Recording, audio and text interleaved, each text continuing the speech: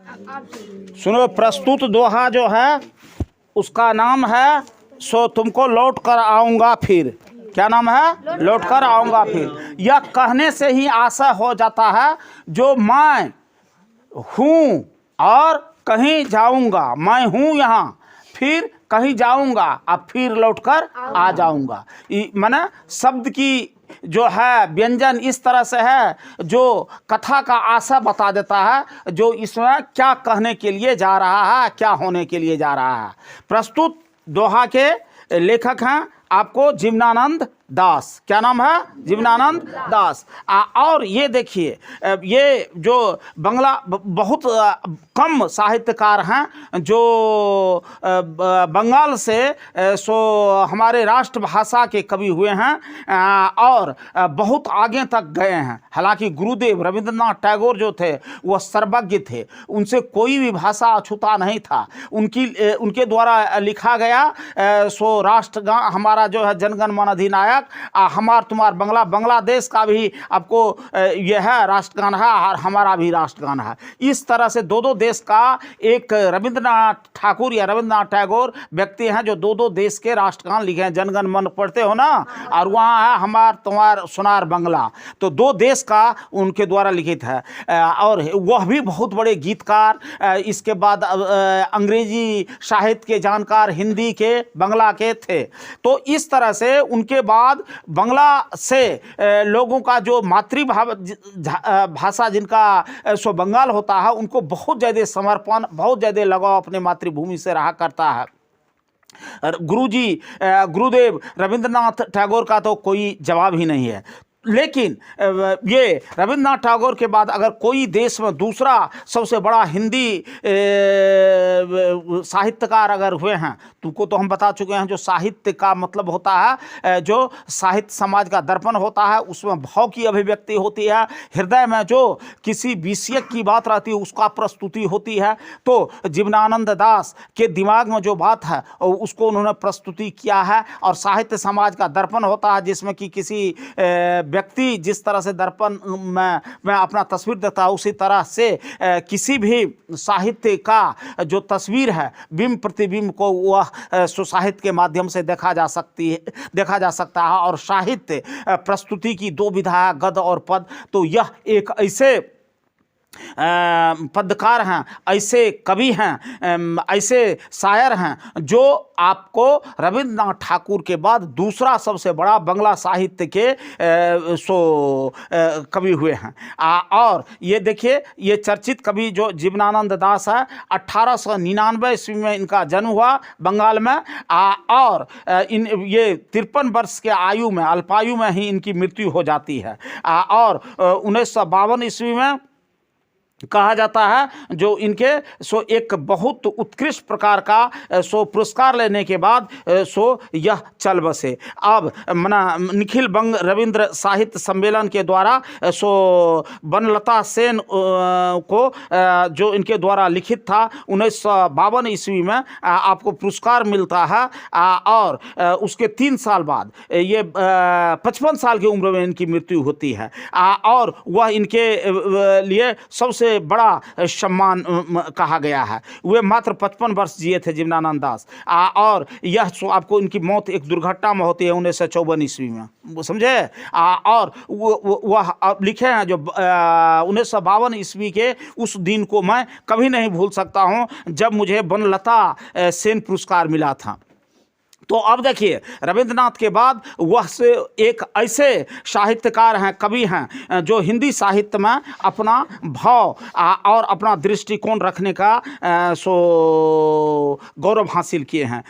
और जब कवि के सामने तुम तो को पता होना चाहिए, साहित्यकार के सामने युग की समस्या का समाधान ढूंढने के लिए चुनौतियां होती है और उसका समाधान करना उसका परम कर्तव्य और दायित्व होता है। इन कवियों में से सबसे बड़ी चुनौती के रूप में रविंद्रनाथ का आपको स्वच्छंदताचारी विचार का काव्य था। और उससे अलग हट करके इन्होंने अपना कार्य सृजन करना शुरू किया था। बंगाल में इनका जन्म हुआ था। मातृभूमि इनके मन और दिमाग में बिल्कुल बैठ गया था, इसलिए इन्होंने अपना कथानक सो अपने मातृभूमि को बड़ा ही उत्कृष्ट प्रकार से बनाया है। और जब उन्हें ऐसा था, जब इनका दौर आया था लिखने का, वैसे तो इनकी 55 वर्ष की उम्र में एक दुर्घटना में मृत्यु होती है, लेकिन जब लिखने का दौर आया था तो यह बहुत सारे अपना संकलन और लेखन कार्य कर दिए थे। अभी भी हिंदी साहित्य के लिए यह एक उत्कृष्ट प्रकार की कृति है। अब देखिए, ये झरा पलक, धूसर पांडुलिपि, बनलता सेन, पृथ्वी उसको नहीं पढ़ लेना, वह था। इसके बाद आपको साथटी तरार तिमिर, जिवनानंद दास के श्रेष्ठ कविता रहे हैं। इसके अलावा भी उन्होंने आपको रूपसी बंगला और बेला बंगला कालबेला, मन विहंगम, ये आलोक पृथ्वी का भी आपको ये लिखे। और ये अपना लगभग 100 कहानियाँ और 13 उपन्यास भी प्रकाशित किए, इसलिए उपन्यासकार के रूप में भी इनकी बहुत उत्कृष्ट प्रकार की योगदान है साहित्य के क्षेत्र में। अब देखिए, प्रस्तुत दोहा जो है, जिसमें कि इन्होंने अपना उद्गार व्यक्त करते हैं। कविता में कवि अपनी मातृभूमि और परिवेश में उत्कट प्रेम अभिव्यक्त करता है। वह बंगाल में अपने नैसर्गिक सम्मोहन के साथ पूरा चुनिंदा चित्रों के सांकेतिक रूप से कविता का इन्होंने स्पष्टीकरण किया है। यह नश्वर जीवन के बाद भी बंगाल में एक बार फिर आने की लालसा रखता है, जो इनके मातृ प्रेम की भावनाओं को दिखाता है। और इस मोहक भंगिमा के प्रस्तुत इसमें किया गया है। वे कहते हैं कि मैं जिस धरती पर पला हूँ, मैं जिस धरती पर जन्म लिया हूँ, और यह तो बात एकदम निश्चित है, जो इस धरातल पर जो जन्म लेता है, जो प्राकृतिक सत्य है, उसकी मृत्यु एक दिन निश्चित होती है।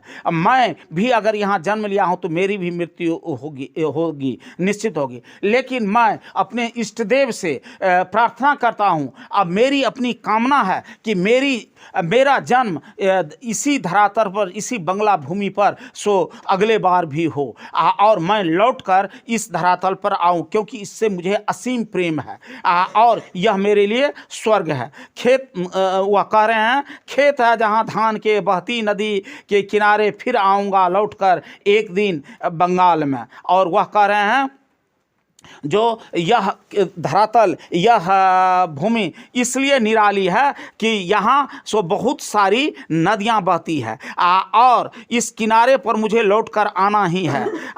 और इतना ही नहीं, मैं यह भी कहता हूँ, जो मैं अगले जन्म में अगर मनुष्य बना, मुझे उम्मीद है जो मनुष्य बनूंगा, अगर मनुष्य नहीं भी होऊंगा तो मुझे अबाबिल पक्षी होना चाहिए, नहीं अगर पक्षी हो तो इस धरातल पर मैं आऊँ, और आ करके मैं कौवा के रूप में ही जन्म क्यों न लूँ, लेकिन इस धरती पर मेरा जन्म हो। फिर वह कह रहे हैं, आपको फूटेगा नई धान की फसल पर, जो कोहरे के पालके से कटहल की छाया तक। और फिर एक और इन्होंने प्राकृतिक वस्तु का गद और पद दोनों के रूप में अपने को प्रस्तुति करने का ये स्पष्टीकरण क्या है। देखिए, यहाँ बिंब कैसा उभरता है, चित्रात्मक शैली कितनी अच्छी है। ऐसा लगता है जो ये हमारे जो जीवनानंद दास लिखे हैं, वह दृश्य हमारे सामने उपस्थित है। जैसे कहते हैं कटहल के छाया, इसके बाद उसमें बैठना, इसके बाद अगर कौवा होऊंगा तो वहाँ की धान के खेत में मैं लहराऊंगा। और फिर कहते हैं कोहरे के पलने से कटहल की छाया तक, और कोहरा कुहासा जब वहाँ रहता है तो धान के वृक्ष जो होता है उस पर जो वह मोती के दाने की तरह गिरते हैं, यह उनको बहुत ज़्यादा भाता है। और फिर कहता है, आऊँगा एक दिन, मुझे एक दिन निश्चित तौर से इस धरती पर आना है। कहाँ? भारत की भूमि में स्थित बंगाल के भूमि पर मातृभूमि से उनको बहुत ज़्यादा स्नेह है, जहां उन्होंने पला है बढ़ा है उसके बारे में कहते हैं। और वहाँ के कोहरा कुहासा, धान के वृक्ष पत्ते पर जब कोहरा कुहासा छाया हुआ रहता है तो उनके लिए यह बहुत ज़्यादा आकर्षक दिखाई पड़ता है। बनकर शायद हंस की किशोरी का घुंघरू ताल पैरों में और इससे पहले तुम देख लिया जो हम कहते कोहरे पालने से कटहल की छाया तक भरता पेंग आऊँगा एक दिन, और कटहल की छाया में रहूँगा, और अगर किसी पर वृक्ष पर बैठा तो उस पर पेंग मारूंगा। पेंग मारना समझे, पेंगा मारना यानी कि झूला देखते हो ना, उस तरह से झूलते हुए दृश्य को उन्होंने प्रस्तुत किया है। बनकर शायद हंस मैं किशोरी की घुंघरू ताल पैरों से, अगर मेरा हंस में जन्म होता है तो वह भी मेरे लिए बहुत ही उत्कृष्ट बात होगी, क्योंकि हंस की पैर जो होती है बहुत उजला, बहुत लालिमा रहती है और देखने में वो बहुत आकर्षक लगता है। हमारे यहाँ जो युवती है, बच्ची है, उनका भी पैर लाल लगता रहता है, और ऐसा लगता है जो मैं अगले जन्म में हंस के रूप में अगर अवतरण होता हूँ तो समझो जो यहाँ के किशोरी के रूप में आया। किशोरी की पैर की आकर्षकता उनका आकर्षण कवि को बहुत ही उत्कृष्ट प्रकार से लगता है, इसलिए वह चाहता, तुम तो खूब पढ़ते हो, तुमको कुछ नहीं आता है, खाली बात करती रहते हो, सुनेगा सो नहीं। हाँ, इस तरह से ये तो नहीं पढ़ने वाला है। हाँ, आकर वह समय काटता है, बेहुदा बच्चा कहाँ का। हाँ, इस तरह से हम पढ़ा रहे हैं, उधर वो बात अपना कर रही है। तो इस तरह से वह जो है सो यहाँ की किशोरी की पैर जो होती है सो इतनी लालिमा रहती है जैसे लगता है जो हंस का पैर है। और इस तरह से ये मैं इस पर अवतरण होता हूँ, हंस के पैर की तरह यहाँ की युवती की पैर दिखाई देती है, जिसमें बहुत नैसर्गिक सो आकर्षण है, बहुत ज़्यादा सो वह देखने में मनमोहक लगता है। इस तरह की बात वह अभिव्यक्त करते हैं। फिर कहते हैं घुंघरू ताल पैरों में, और लगता है जैसे हंस रूपी हंस के पैर रूपी रंग का इनका पैर युवती का, जैसे ऐसा लग रहा है जो उसमें घुंघरू बांध करके जो नाचता है उस तरह की नृत्यिका की दृश्य वह उपस्थित करते हैं यहाँ। और फिर कहता है बस घुंघरू लाल पैरों में। अब फिर कहते हैं तैरता रहूँगा बस दिन दिन भर पानी में, और जब मेरा अवतरण होता है अगला जन्म यहाँ और किसी हंस के रूप में ही, किसी पक्षी के रूप में ही, पानी में जो कौवा तैरता है उसी के रूप में, तो भर दिन मेरा तैरना जारी रहेगा और पानी में। और यह बंगाल जो है सो नदियों और नदियों का देश है, नदियों का प्रदेश है, और धान का प्रदेश है, धान का वृक्ष और नदी में तैरना इनको बहुत ज़्यादा उत्कृष्ट लगता है। कितनी सो प्राकृतिक छटा को उन्होंने बिखेरा है अपने साहित्यिक कलात्मक से। फिर तैरता रहूँगा रात दिन, गंध जहाँ होगी ही भरी घास की, और घास से यहाँ सुगंध निकलेगा। होऊंगा मैं नदियाँ मैदान बंगाल के बुलाएंगे। और ये जो होता है नदी और मैदान जो है सो यहाँ की सो उत्कृष्ट प्रकार की है, वह जैसे लगता है जो मुझे बुला रहा है, और इस पर जिससे मैं जन्म लिया हूँ उसके प्रति मेरा समर्पण, उनकी सेवा, और वहाँ मैं सो रहना बहुत ज़्यादा पसंद करूँगा। और फिर कहते हैं जिसे फिर आगे देखो बड़ी ही उत्कृष्ट लाइन है, गंध होगी जहाँ भरी घास की। घास जो होती है ना, ये अभी धान का जो वृक्ष है, और उसके भीतर अगर जाओ, अंदर में जाओ, जब वह पका हो या नहीं पका हो धान, तो उसमें एक प्रकार की सुगंध रहती है जो कवि के लिए बहुत ज़्यादा मनमोहक है, और उस सुगंध को इस जन्म भी लिया है और अगले जन्म भी लेना चाहता है। नदियाँ मैदान बंगाल के बुलाएंगे, और मेरा जन्म हो तो कहाँ बंगाल में हो, और लगता है अगले जन्म में भी मुझे यहाँ की नदियाँ, यहाँ का मैदान जिसके प्रति मेरा बहुत ज़्यादा प्रेम है वह हमको बुला रहा है। मैं आऊँगा जिसे नदी धोती ही रहती है पानी से इसी हरे सजल किनारे पर। और यहाँ अगर आता हूँ तो यहाँ का नदियाँ जो है सो बड़ी ही उत्कृष्ट होता है। उतना ही नहीं बल्कि उसका किनारा भी उत्कृष्ट होता है, क्योंकि हमेशा इसमें पानी चलती है, ऊपर नीचे पानी चलती है, कभी बाढ़ भी आती है और कभी समूल पानी भी बहता है। उससे इसका जो किनारा है वह बिल्कुल साफ हो जाता है। यहाँ की नदी बड़ी ही उर्वर, बहुत ही देवतुल्य है और वह सो पवित्रता का सूचक है, जिसकी की जुड़ो हमारे सभ्यता और संस्कृति से है। शायद तुम देखोगे शाम की हवा के साथ उड़ते हुए उल्लू को, शायद तुम सुनोगे कपास के पेड़ पर उसकी बोली। और फिर वह कह रहे हैं जो शाम में सो यहाँ उल्लू का झुंड जो है सो उड़ता है। कहाँ? ये बंगाल में, जो बड़ा ही उत्कृष्ट प्रकार का सो दृश्य उपस्थित करता है। और ये आपको यहाँ कपास के पेड़ पर उल्लू बैठता है और वह जो बोलता है, उल्लू जो बोलता है वह सुनने में जिसको तुम मुंहदुसी कहते हो वही है उल्लू कपास के पेड़ पर बैठता है और वह उसकी आवाज़ बड़ा ही मनमोहक होती है।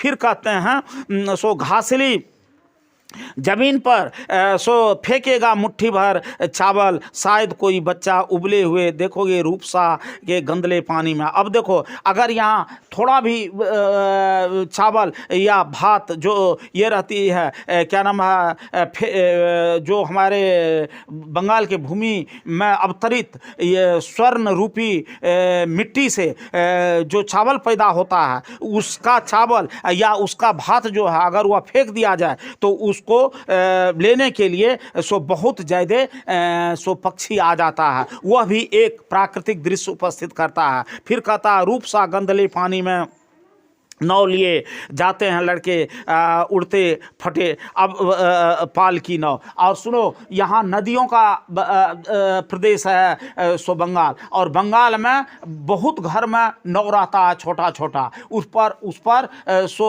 आपको सो पालकी टांगा हुआ रहता है, और जो नदी को एक तरफ से दूसरे तरफ ले गया और उसमें बहुत ज़्यादा सो आनंद भी रहता है। और कहते लौटते होंगे रंगीन बादलों के बीच, सारस अंधेरे में होऊंगा मैं इन्हीं के बीच में देखना। और शाम में जब अंधेरा हो जाता है, उस सारस पक्षी जब लौटती है अपने घोंसला को, तो वह भी कवि के लिए बड़ी ही आनंददायक और सो उत्कृष्ट चित्र प्रस्तुत करता है। इस तरह से कवि के बारे में मैं कह दिया।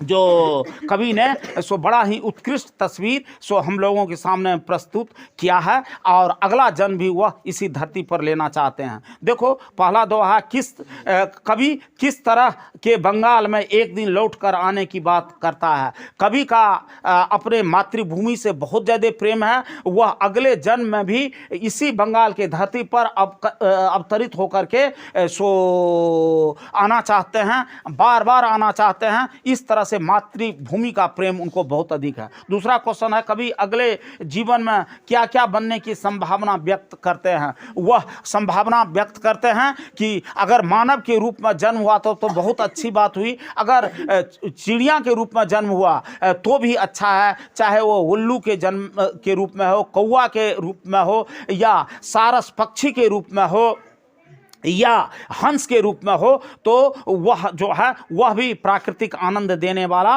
बहुत ही सो उनको अच्छा रहेगा। और फिर कहते हैं अगले जन्मों में बंगाल में आने की सिर्फ कवि की इच्छा है।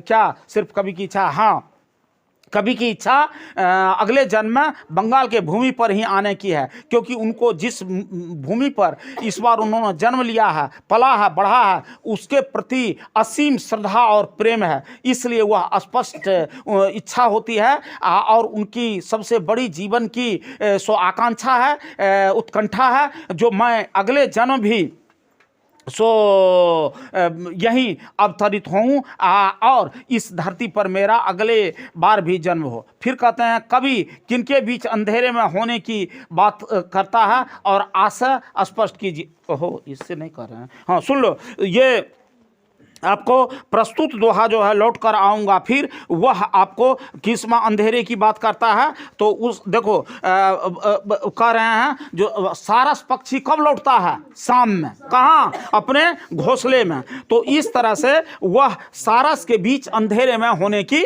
बात करता है। माना बंगाल की प्राकृतिक वातावरण में सारस खूबसूरत पक्षी है, उसे प्रत्येक बंगाली और नागरिक पहचान करते हैं एक आकर्षक पक्षी के रूप में। अनायास ही उसकी सुंदरता के प्रति लोगों की आकर्षण बढ़ जाती है और विशेषकर वह आपको शाम में लौट कर आते हैं। भर दिन वह आपको भोजन के तलाश में विचरण करते हैं और ये क्या नाम है, आपको जब ब्रह्मांड में अंधेरा का वातावरण उपस्थित होने लगता है तो उस समय सारस की झुंड अपने घोंसले को लौटता है और लौटने की जो यह सुंदर दृश्य है वह बहुत ही उत्कृष्ट होती है। इस तरह से सुंदरतम दृश्य उसके आंख के सामने क्या है? सारस पक्षी की, जो शाम में लौटता है और वह झुंड में लौटता है। वह कवि के मन को बहुत ही आकर्षित कर लिया है। जीवन में तो एक से एक बंगाल में उसको अच्छे चीज देखने को मिलते हैं, लेकिन यह दृश्य उनके लिए बहुत ही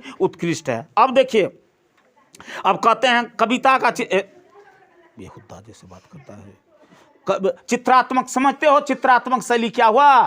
चित्रात्मक शैली माने क्या हुआ? पढ़ते तो आज तक तो स्लेट पेंसिल खाली लिखा है, बुझते तो कुछ नहीं है, ऐसे इसको मार रहे हो उसको मार रहे हो पागल के जैसे। चित्रात्मक शैली क्या हुआ? बोलो बोलो, चित्रात्मक शैली क्या हुआ?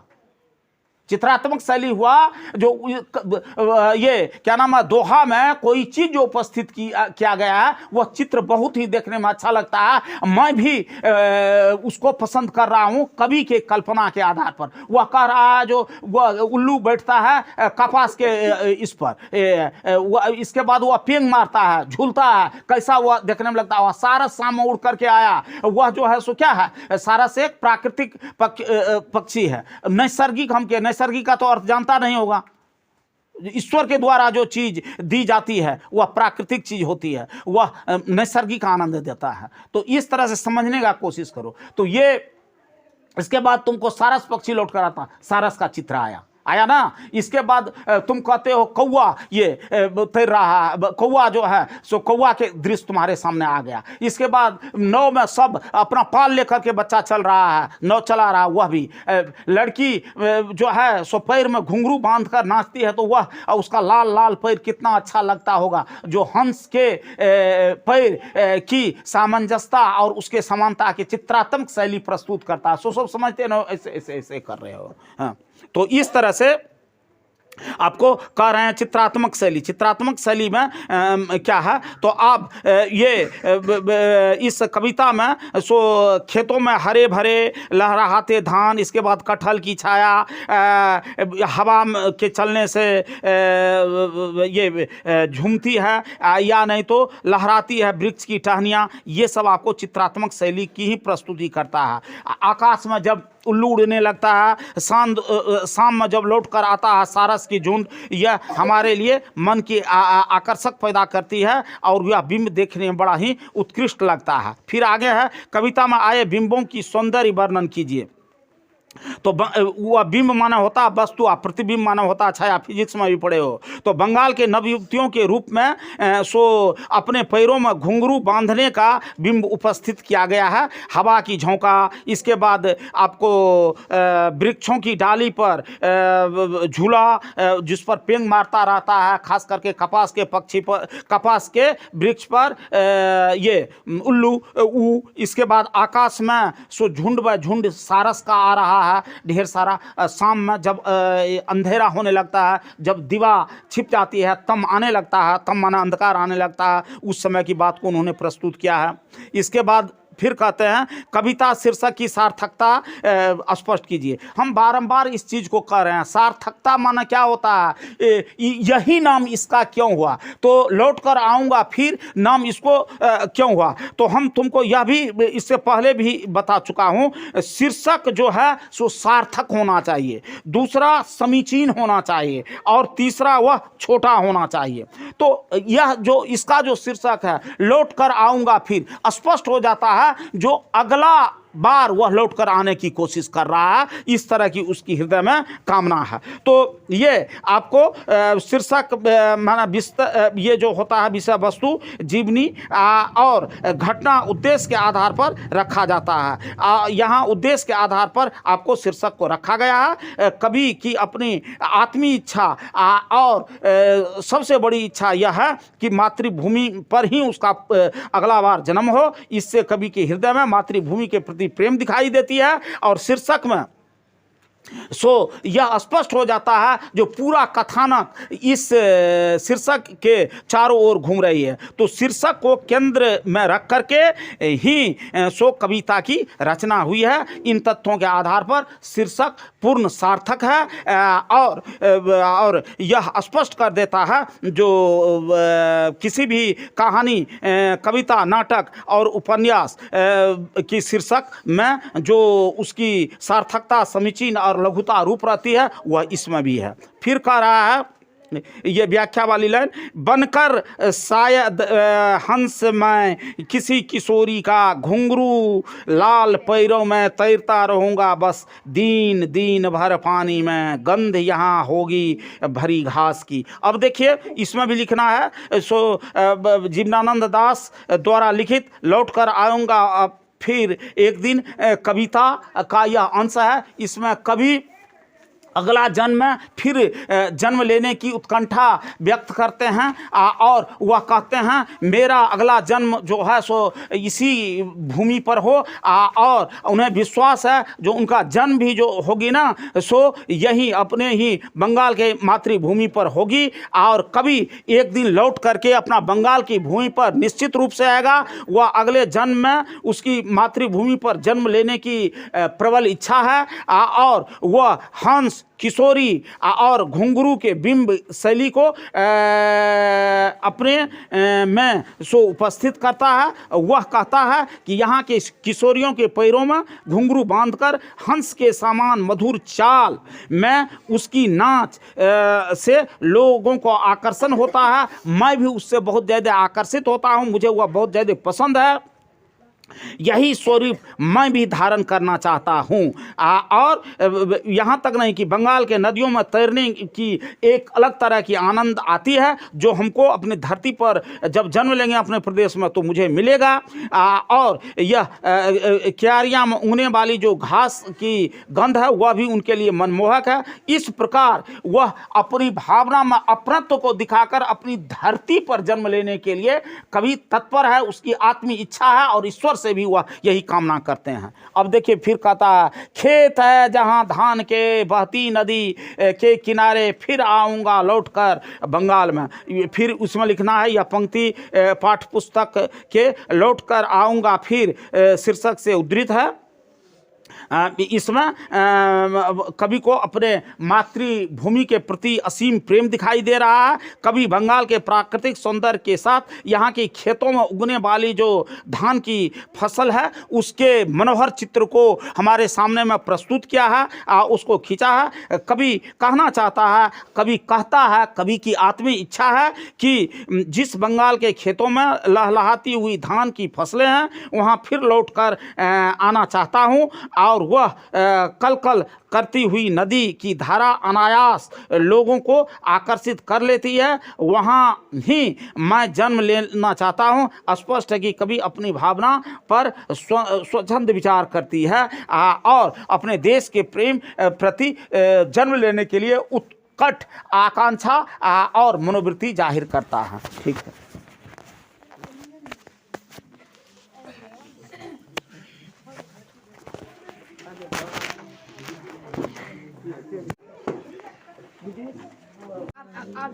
सुनो।